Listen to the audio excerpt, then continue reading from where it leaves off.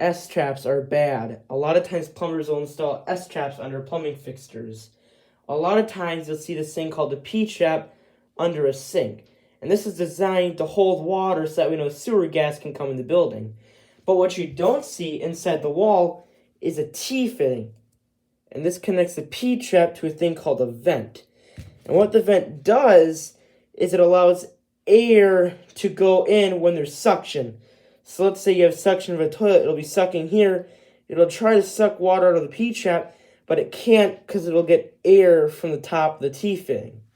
But a lot of times people will be lazy. Instead of using a T-fitting, they'll just use an elbow that goes down to the floor. And since there's no vent, now this P-trap will lose water when you use another fixture. Another way people make S-traps is by using a Y and a 45. Now, even though this has a vent, it'll still lose water because this 45-degree elbow will fill up with water and it'll siphon out the P-trap.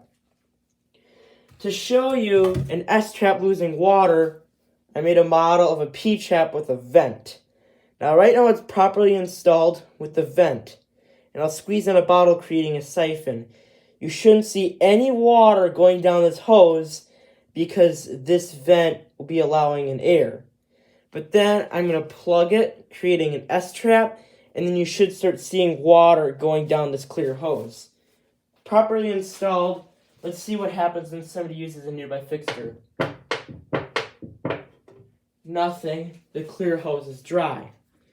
Now let's make an S-trap by plugging the vent. You should start to see water through this clear hose. You can see how all that water is now going through this clear hose. Now that means that this P-trap is dry, allowing sewer gas into the building. There might be cases where you have a properly installed T-fitting and the vent is clogged. So if you have that, try to see if you have any leaves, dead animals caught in the vent that could be creating an S-trap.